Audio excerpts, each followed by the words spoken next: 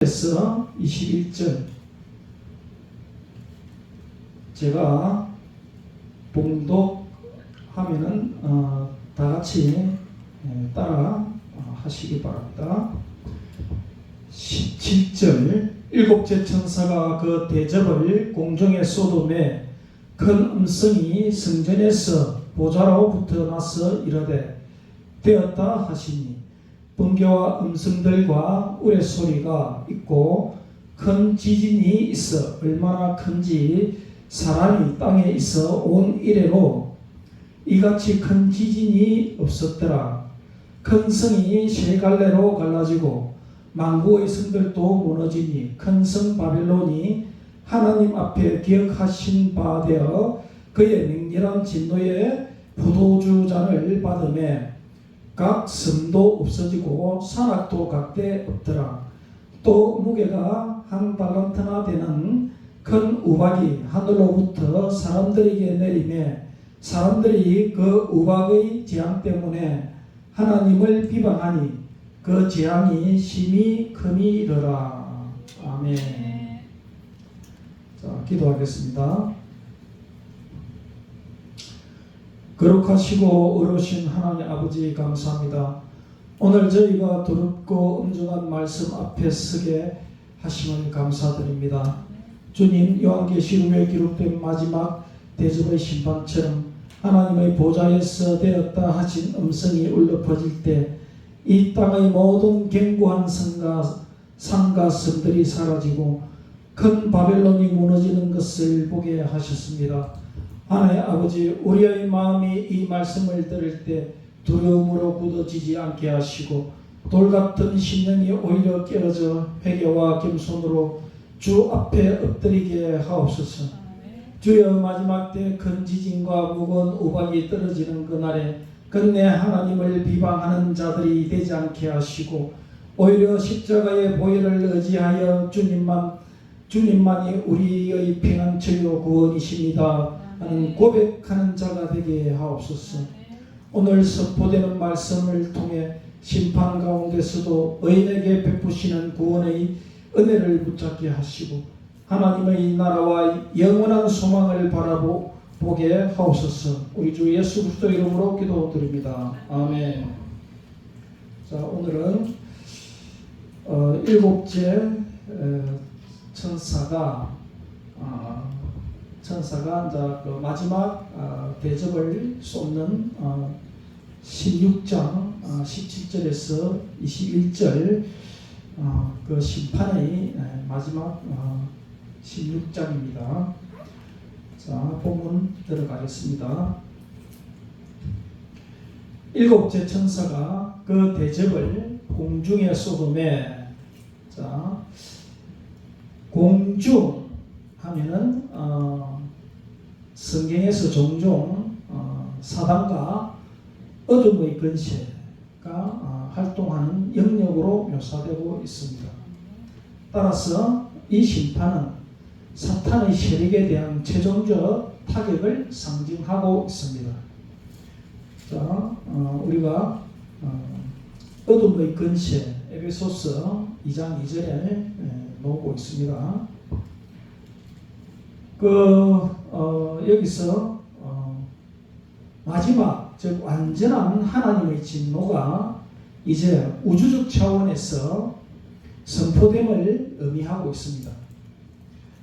앞에 6 대접의 특정 영역, 바다, 강, 땅 등에 국한되었다면 마지막은 공중에 쏟아져서 전 우주와 모든 인류를 향한 종말론적 심판을 뜻합니다.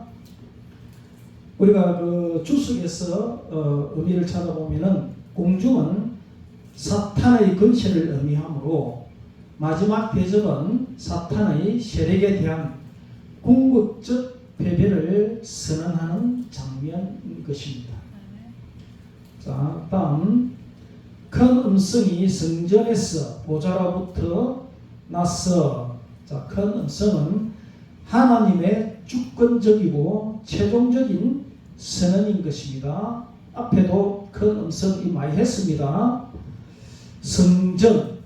자, 성전은 하늘의 성전이죠. 곧 하나님의 거룩한 임재가 있는 곳이며 보좌는 통치하는 통치권을 뜻하고 있습니다. 즉 이 심판은 단순한 재앙이 아니라 하나님의 보좌에서 직접 선포된 최종적 명령임을 강조하고 있습니다. 아시겠죠? 자, 큰 음성 이런 걸 많이 놓습니다. 앞에 많이 했습니다. 자, 다음 이르되 되었다 하시니. 자, 이르되 헬라어로 레우사. 자, 되었다는 헬라어로 겐고겐. 헬라어 원문이 겐고겐입니다. 되었다. 이게 뭔 뜻이냐면은 완성되었다, 이루어졌다 라는 의미로 쓰이고 있습니다. 창조의 마지막 창세기 2장 1절에서 2절과 같이 예수님의 십자가 위에서는 요한복음 19장 30절 참조하십시오. 다 이루었다를 떠올리게 합니다. 되었다. 그 말이 요한복음 19장 30절 예수님이 십자가에서 다 이루었다고 넣었죠. 그것을 같은 의미로 쓰입니다. 즉 하나님의 구속사와 심판 계획이 이제 완전히 성취되었음을 선포하는 것입니다. 아시겠죠? 자, 다시 한번 우리가 풀어보면은 17절의 완성, 17절은 완성의 클라이맥스다. 클라이맥스. 일곱 대접은 하나님의 진노의 절정을 나타내는데 여기서 되었다는 말씀은 모든 심판이 끝나고 하나님의 공의가 온전히 이루어졌다는 의미를 가지고 있습니다. 두 번째는 구속사적 연관성이 있습니다. 창조가 끝날 때 하나님이 그 일을 마치고 오라는 말처럼 종말의 심판 또한 하나님의 뜻이 완결된다는 뜻입니다. 예수님이 십자가에 다 이루었다고 하신 것과 연결되어 구속과 심판 모두 하나님께서 완전하게 이루시는 일임을 보여주고 있는 것입니다. 세 번째는 상징적 의미인 것입니다. 공중은 사탄의 권세를 의미하고 마지막 대접은 사탄의 세력에 대한 궁극적 패배를 선언하는 장면인 것입니다.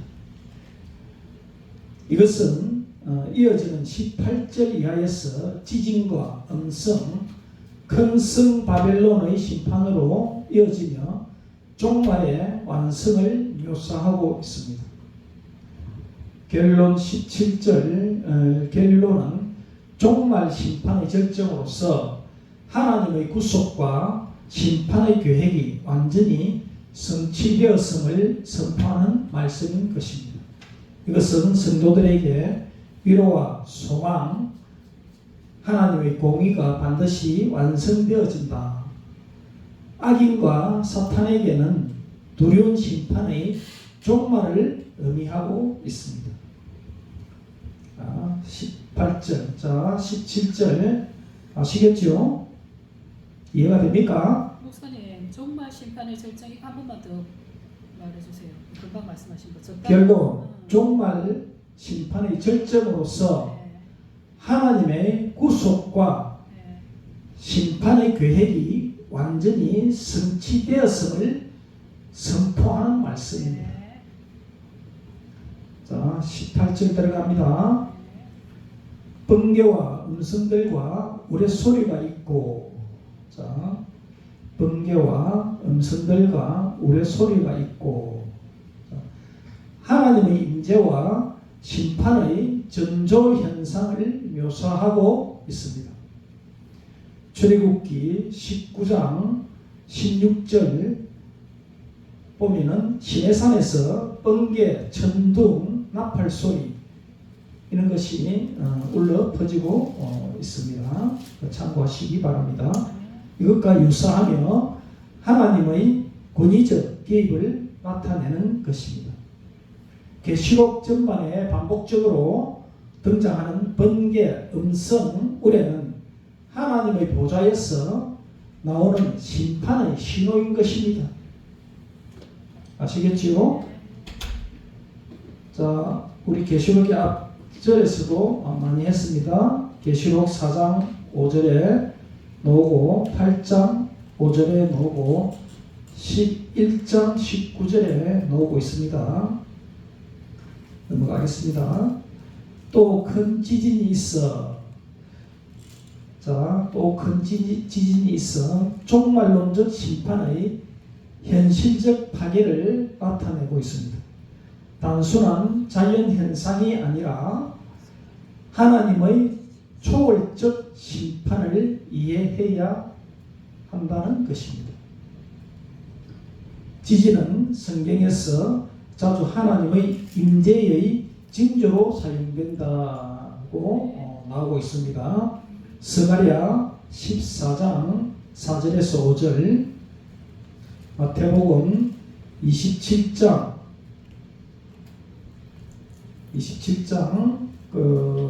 51절에서 54절에 참고하시기 바랍니다.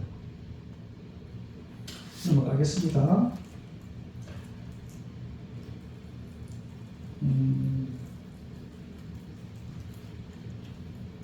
얼마나 큰지 사람이 땅에 있어 온 이래로 이같이 큰 지진이 없었더라. 자, 인류 역사상 유례없는 궁극적이고 절대적인 심판 사건임을 강조하고 있습니다. 단순한 역사적 지진이 아니라 역사 전체를 흔드는 우주적 차원의 재앙을 뜻하고 있는 것입니다. 다니엘서 12장 1절에 보면은 그때는 나라가 생긴 이래로 그때까지 없었던 환난이라고 나오고 있습니다. 같은 맥락으로 최후의 환난과 심판을 의미한다는 것입니다. 종말의 상징적 표현이기도 한 것입니다. 18절을 다시 한번 전체적으로 보면은 종말의 상징적 표현이다. 번개, 음성, 우레의 지진은 구약 선지서와 신약 종말론에서 공통적으로 사용된 하나님의 임재와 심판의 상징 언어입니다. 따라서 본문은 단순한 자연 묘사가 아니라 우주적 질서가 무너지고 하나님 나라가 임박함을 알리는 신호인 것입니다.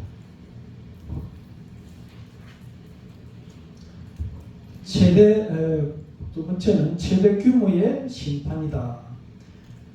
사람이 땅에 있어 온 이래로라는 사람이 땅에 있어 온 이래로라는 표현은 인류 역사에서 일찍이 없던 절정의 재앙임을 드러낸다는 것입니다.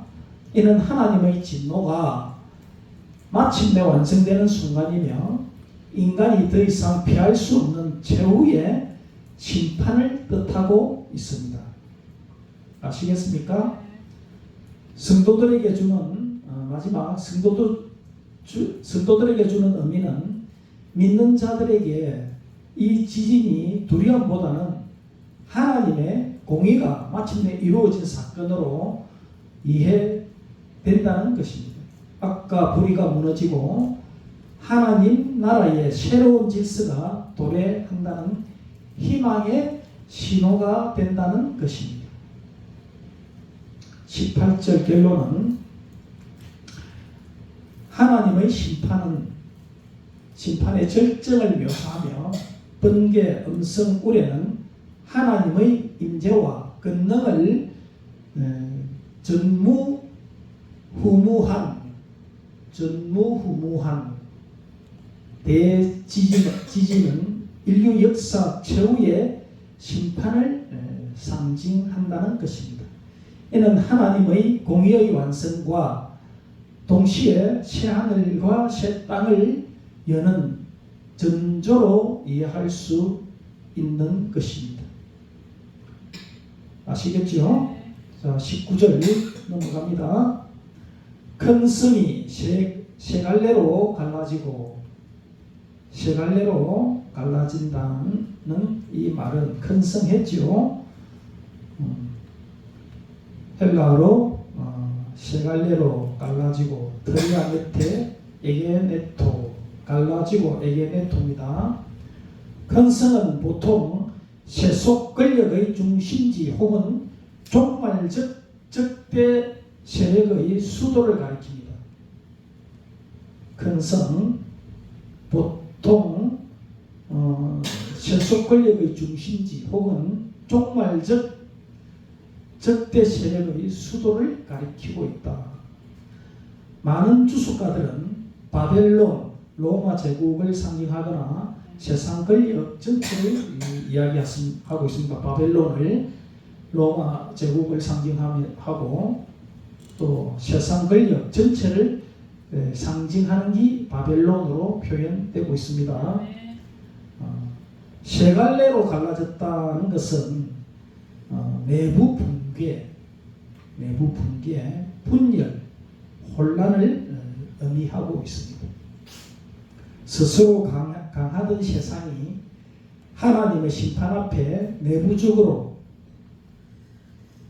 그러니까 사탄 그 무리 속에 내부적으로 균열과 파괴를 경험하게 된다는 뜻입니다. 즉 그리스도, 진성, 마귀 있는 그 귀신들의 그런 모든 불신앙, 그 하나님을 믿지 않는 사람들의 그 세력, 그 속에 있는 그 세력이 세 갈래로 갈라진다는 것입니다. 내부적으로 균열이 되고 내부적으로 파괴가 되고 그런 것을 경험하게 된다는 것입니다. 내부 붕괴와 외부 심판인 것이다. 세 갈래로 갈라지면 하나님의 심판이 외부에서 오는 것뿐 아니라 내부 분열을 통해 스스로 붕괴되게 하심을 보여주고 있는 것입니다. 이것은 종말의 세상 권력의 내적 균열과 혼란을 예고하고 있는 것입니다. 자, 넘어갑니다. 망구의 성들도 무너지니. 자, 망구 헬라어로 에드논. 망국의 성들은 세계 각국의 권력과 문명, 제도를 상징하고 있습니다. 하나님의 심판이 특정 국가만이 아니라 온 세상, 전 인류 문명 전체를 향한 것임을 보여주고 있는 것입니다.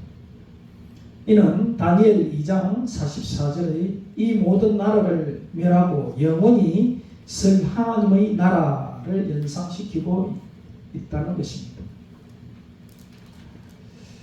보편적 심판이라는 것에 대해 우리는 알아보겠습니다. 만국의 성들도 무너졌다는 것은 하나님 심판이 보편적이고 전 지구적임을 나타냅니다. 특정 민족만이 아니라 모든 민족이 동일하게 하나님의 공의 앞에 선다는 의미인 것입니다. 자, 넘어갑니다. 큰 성 바벨론이 하나님 앞에 기억하신 바 되어. 자, 우리가 종종 큰 성 바벨론 이 말이 우리 계시록에 많이 등장하고 있습니다. 아까 바벨론 하면은 이야기를 했습니다. 기억하신 바 되어라는 말은 단순한 회상이라기보다는 심판을 위한 기억을 뜻하고 있는 것입니다. 성경에서 하나님이 죄를 기억하신다는 것은 심판을 집행하신다는 의미인 것입니다. 예레미야 14장 10절 참고하시고요. 계시록 18장 5절 참고하시기 바랍니다. 큰 성 바벨론은 구약의 바벨론과 더불어 궁극적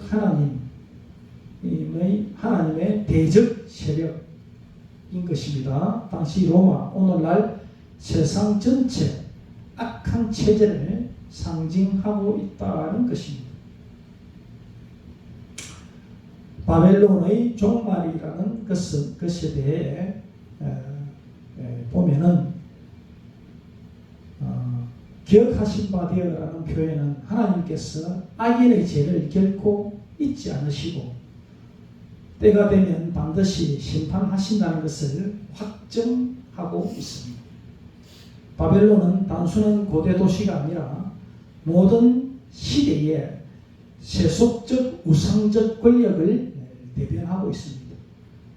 지금 이 시대라든지 이 지구 전체를 보면은 얼마 전에도 그 불의의 국가들이 중국, 러시아, 북한 세 나라가 뭉쳤고 또 자유 쪽에 우리는 우리나라와 일본과 미국이 연합해야 되는 것입니다. 이것을 자꾸 연합하지 않고 일본에 우리가 36년간 지배를 받으면서 식민지 생활을 한 것에 대해서 그 틈이 자꾸 생기는 것은 뭐냐면 그것에 대해서 일본을 향해 사과하라, 뭐 하라, 우리한테 배상하라 이런 말은 하면은 우리의 연합이 깨진다는 것입니다. 그러니까 적대 국가에 대해서는 더더욱 없이 좋은 기회인 것이죠.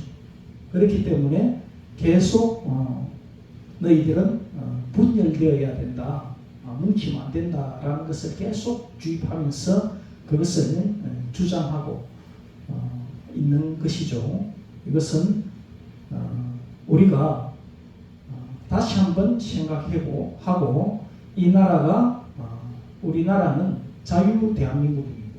이 자유라는 민주주의에 대해서 잊지 않아야 되는데 지금은 우리 해방 이후 80년이죠. 이 동안에 지금 많은 사람들이 지금 젊은 세대와 중견 세대들이 그 전쟁을 모르고 컸기 때문에 이 전쟁에 대해서 상당히 아무런 의미를 갖지 못한다는 것입니다. 우리가 어떻게 해서 이 낙동강 전선을 지켰는지도 모르죠. 그리고 이 나라는 또 그리스도인들이 아니면은 벌써 공산주의화 되었을 것으로 예상을 했던 것이죠. 우리 기독교 그리스도인들이 수많은 사람들이 기도와 눈물로 이 나라를 건졌다는 것을 기억해야 합니다. 그리고 집에 가서도 자녀들한테 항상 사회주의 사상을 심어주면 절대 안 됩니다. 우리는 민주주의입니다. 민주, 자유, 대한민국입니다. 이 사회주의 뿌리가 사상이 뿌리 박혀 있으면은 아무리 하나님을 믿어도 하나님이 들어오지 않는 것입니다. 사회주의 체계가 그렇습니다. 공산주의. 그렇죠? 마르크스가 공산주의를 그 사상을 주입할 때 절대로 하나님 사상은 들어오지 않는 것입니다. 공산주의에 대해서 그 뿌리를 내리받고 있으면 안 되는 것입니다. 자, 넘어가겠습니다. 큰 성 바벨론이 하나님 앞에 기억하신 바 되어, 자, 큰 성 메갈레, 헬라어로 메갈레입니다. 메갈레. 바벨론은 헬라어로 비슷합니다. 19절. 바빌론입니다. 바빌론. 헬라어로 바벨론. 헬라어로 바빌론입니다. 자, 기억하신 바 되어라는 말은 단순한 해상이라기보다는 심판을 위한 기억을 뜻한다는 것입니다. 심판을 위한 기억을 뜻한다. 성경에서 하나님이 죄를 기억하신다는 것은 심판을 집행하신다는 의미인 것입니다. 예레미야 14장 10절, 계시록 18장 5절 참고하십시오. 자, 그리고 그 다음 그의 맹렬한 진노에 포도주잔을 받음에, 자, 포도주잔은 하나님의 진노의 심판을 의미하고 있습니다. 이사야 51장 17절에 보면은 분노의 잔이라고 놉니다. 예레미야 25장 15절에 보면은 이 진노의 술잔이라고 놉니다. 참고하십시오. 맹렬한이라는 표현은 더 이상 자비가 없는 최종적 심판임을 강조하고 있습니다. 여기서 바벨론은 교만과 음행, 세속적 권력의 상징으로서 마침내 하나님의 진노의 잔을 끝까지 마시게 되는 운명을 맞습니다. 성경에서 포도주 잔은 기쁨의 잔으로 사용되고 있습니다. 시편 23편 5절 참고하시고요. 그러나 여기서는 계시록에서는 종말론에 대해 심판의 잔으로 쓰입니다. 또 여기서 맹렬한 진노의 포도주로 바벨론이 그동안 쌓아온 죄악과 교만에 대한 하나님의 최종적 심판을 의미한다는 것입니다. 자, 19절 결론은 세속 권력의 최종 붕괴와 보편적 심판을 묘사하고 있는 것입니다. 아시겠죠? 자, 20절 넘어갑니다. 각 성도 없어지고, 성은 각 성도, 성이 아니고 각 섬입니다. 각 섬, 우리 떠있는 섬이죠. 바다 위에 떠있는 섬, 섬도 없어지고, 섬은 바다 위에 홀로 서 있는 작은 땅으로 고대 세계에서 안전지대나 피난처의 상징처럼 여겨지기도 했습니다. 그러나 종말의 심판 앞에서는 이것이 섬이 없어진다는 것이죠. 심판 앞에서는 아무 피할 곳도 없다는 의미로 섬조차 사라진다고 말하고 있는 것입니다. 즉 인간이 이것을 해석을 하면은 즉 인간이 의지할 수 있는 마지막 피난처조차 무너짐을 뜻하고 있습니다. 아시겠지요? 그 다음 산악도 간데 없더라. 산악, 산이죠. 산. 성경에서 산은 흔히 견고함과 영속성의 상징인 것입니다. 시편 125편 1절에서 2절, 이사야 54장 10절 참고하십시오. 최종 심판의 순간 그 견고한 산마저 자취를 감추어 버립니다. 이것은 세상의 어떤 힘이나 건세, 영원할 것 같은 제국도 문명도 하나님 앞에서 결코 영원하지 않음을 선언하고 있는 것입니다. 20절에 세 가지를 우리가 한번 보겠습니다. 첫 번째, 우주적 창조적 질서의 붕괴인 것입니다. 선과 산이 사라진다는 것은 단순한 지형 변화가 아니라 창조 세계의 질서 전체가 뒤흔들리고 무너지는 종말론적 상징인 것입니다. 자, 두 번째, 도피처 상실인 것입니다. 도피처가 없어진다는 것이죠. 요한계시록 6장 14절에서도 산과 섬이 제자리에서 옮겨졌다라고 나오고 있습니다. 이것은 종말의 심판 앞에서는 어떤 인간적 도피처도 권력도 피할 것도 없음을 강조하고 있는 것입니다. 세 번째는 상징적 의미인 것입니다.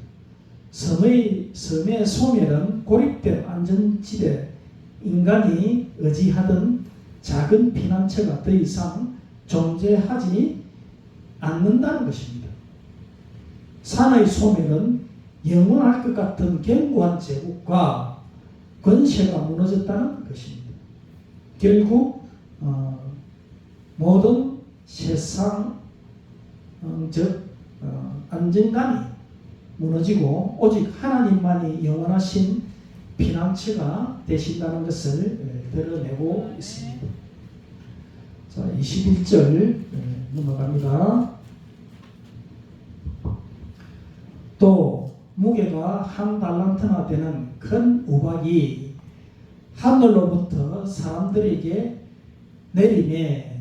자, 여기서 한 달란트는 어떤 것이라 했죠?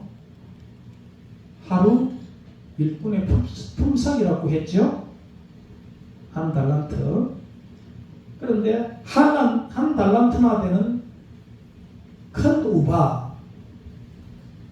여기서는 이것을 상징적으로 묘사하고 있습니다. 한 달란트는 이것을 돈으로 사면은 그 무게를 이야기하고 있는 것입니다. 그 무게를 오늘날에 하루 품삯 일꾼이 얼마냐 하면은 20만 원, 20만 원에서 25만 원. 우리나라 돈으로. 근데 여기서는 한 달란트나 되는 큰 우박 약 34kg에서 45kg라고 이야기가 하고 있습니다. 그 당시 그때의 그 가격으로 그만큼 무게를 살 수 있었다는 것이죠. 당시 단위마다 좀 차이는 있다고 합니다. 그러니까 이 34kg에서 45kg 정도 되는 엄청난 무게죠. 이것이 이렇게 큰 우박이 내리면 죽겠죠. 얼마 전에 그 뉴스에 중국에 계란만한 우박이 떨어졌다고 들은 적이 있습니까? 계란만한 우박이 떨어졌대요. 근데 그것을 맞고 머리가 터지고 그래 했대요. 머리가 터져가지고 엄청난 피해를 봤다고 거기 한번 뉴스에서 들은 적이 있습니다.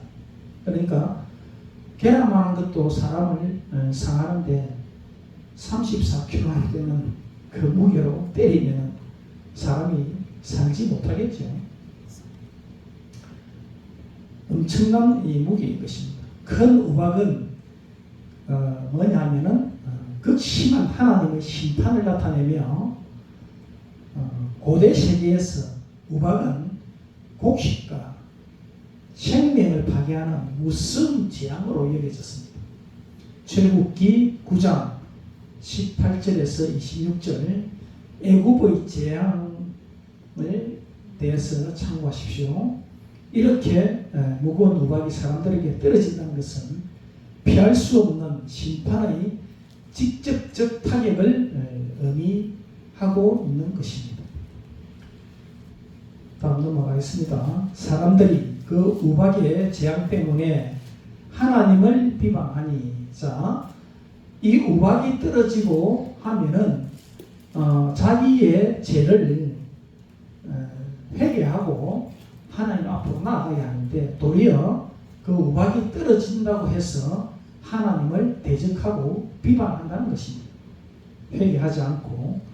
그래서 자연스러운 반응은 회개해야 하지만 회개를 하지 않고 사람들은 오히려 하나님을 원망하고 욕하는 불신앙적 태도를 보인다는 것입니다.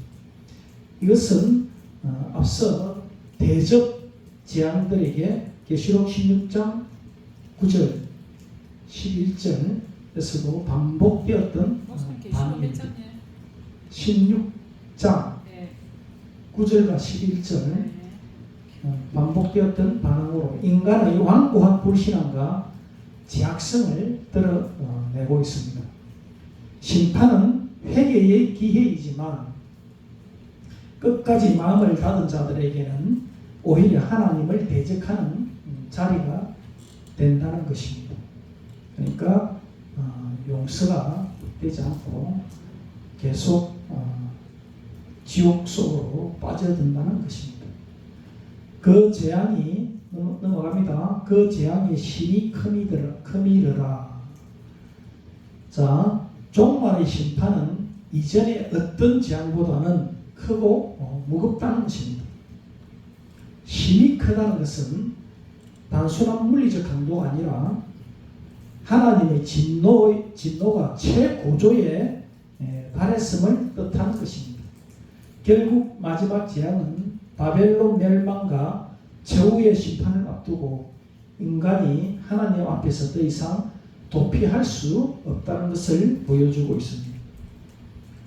자, 우리가 주석에서 나오는 것을 한번 구약적 배경으로 한번 찾아보겠습니다. 출애굽기 우박재앙 조금 전에 이야기했죠.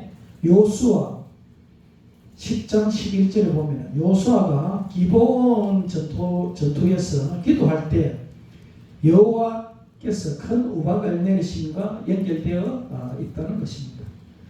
하나님은 과거에도 우박을 심판의 도구로 사용하셨고 요한계시록에서는 그것이 종말론적 최후의 심판으로 확대된 것입니다. 한 달란트 우박의 상징으로는 실제 무게를 강조했다기보다는 실상을 초월한 심판의 무게감을 표현하고 있다는 것입니다. 이것은 하나님의 진노가 더 이상 지연되지 않고 극한에 이르렀다는 사실을 상징한다는 것입니다. 세 번째는 불신앙을 나타내고 있습니다. 인간의 불신앙을 나타내고 반복되는 패턴의 심판이다. 회개 대신 하나님을 비방하고 이것은 인간의 죄성의 심판으로는 변하지 않음을 보여주고 결국 은혜의 복음 외에는 구원의 길이 없다는 성경적 메시지를 담고 있는 것입니다. 21절 결론은 최후 심판의 극심한 재앙, 큰 우박이 묘사되고 회개하지 않고 그 앞에서도 여전히 하나님을 비방하면서 대적하는 인간의 완고함을 보여주고 있는 것입니다. 자, 21절에 그 노는 것을 한번 우박 적었으니까 우박이 무엇을 뜻하는지.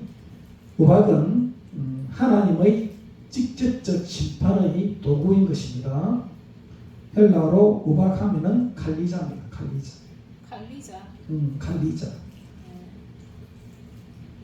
칼라자. 갈라자. 자, 달란트 무게는 달란티 아이아입니다. 달란티 아이아 무게. 심판의 압도적 크기.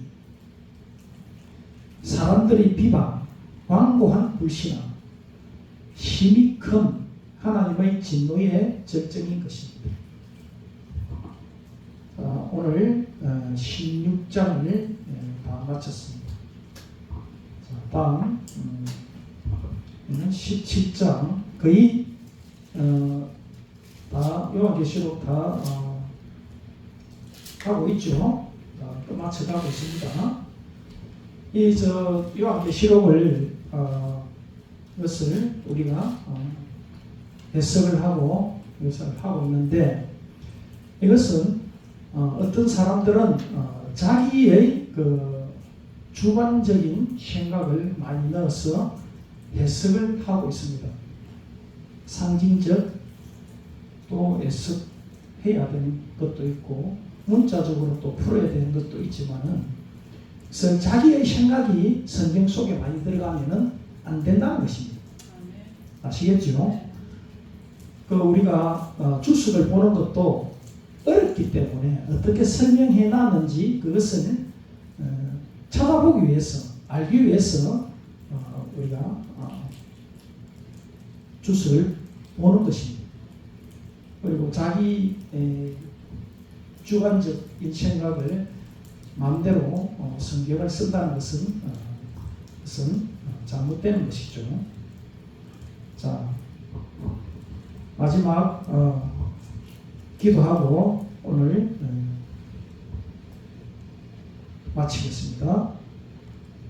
전능하신 하나님 아버지 감사합니다.